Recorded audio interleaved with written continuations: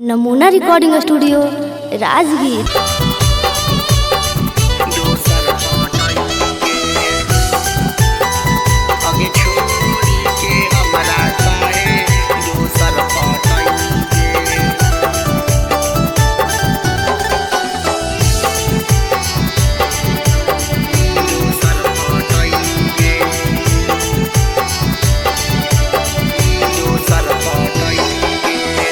हमारा में कमी की हौ काहे ना बतैनी गे।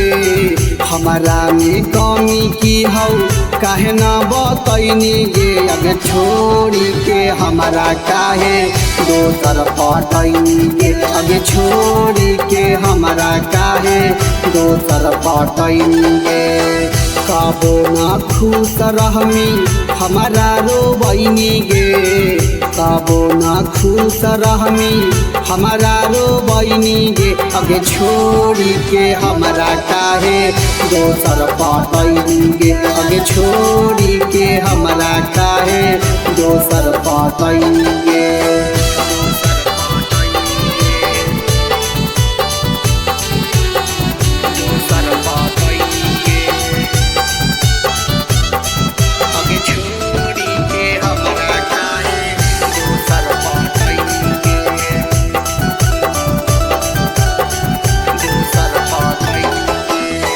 रत भरा करहनी हमारा से बात गे।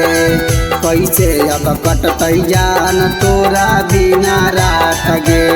अगे फांसी लगा के मार जीबगे। रत भरा करहनी हमारा से बात गे। कैसे अब कटतै जान तोरा बिना रात गे। वादा तू करके छौड़ी काहे नानी भैनी गे।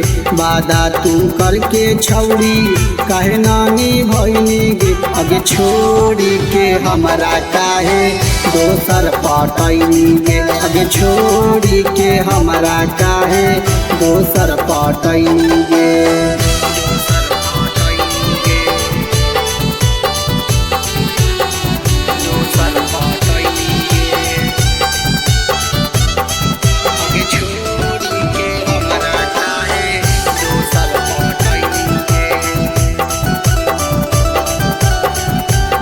Recording studio Rajgir. तोरे चलते गाँव घर में होलिया बदनाम गे।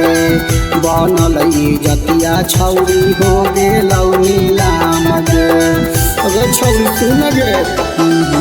तोरे चलते गाँव घर में होलिया बदनाम गे। बनल जतिया छौरी हो गेलौ नीलाम गे। कौन है बिहारिया के दिल दुखैनी गे। अरियन विकासावा के दिल दुखैनी गे। अगे छोड़ी के हमारा काहे दोसर पटैनी गे। अगे छोड़ी के हमारा काहे दोसर पटैनी गे। नमूना रिकॉर्डिंग स्टूडियो राजगीर।